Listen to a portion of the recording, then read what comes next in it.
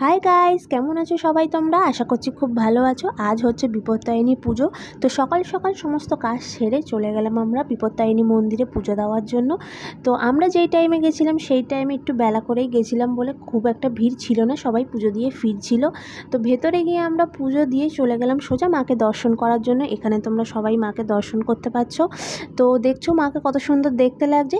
তো ঠাকুর দর্শন করার পর আমরা একটু বাইরে টুকটাক মেলা বসেছিল, ওগুলোই দেখতে দেখতে চলে গেলাম সোজা হরিনাবির মাঠে। তো মেলা থেকে একটু জিলাপি কটকটি কিনে সোজা চলে গেলাম বাপের বাড়িতে। সেখান থেকে একটু রেস্ট নিয়ে সন্ধ্যাবেলা বেরিয়ে এলাম রাজপুর ফাঁড়িতে। তো এখান থেকে আমার হাজব্যান্ড একটা ফোন কিনেছে, এই ফোনটা কিনেছে দেখতে পাচ্ছ। তো এইটা হচ্ছে তোমার রাজপুর ফাঁড়ি থেকে একটু এগিয়ে এসে এই দোকানটা। তো এই দোকান থেকে সোজা চলে গেলাম হরিনাবির মাঠের মেলায় ফুচকা খাওয়ার জন্য।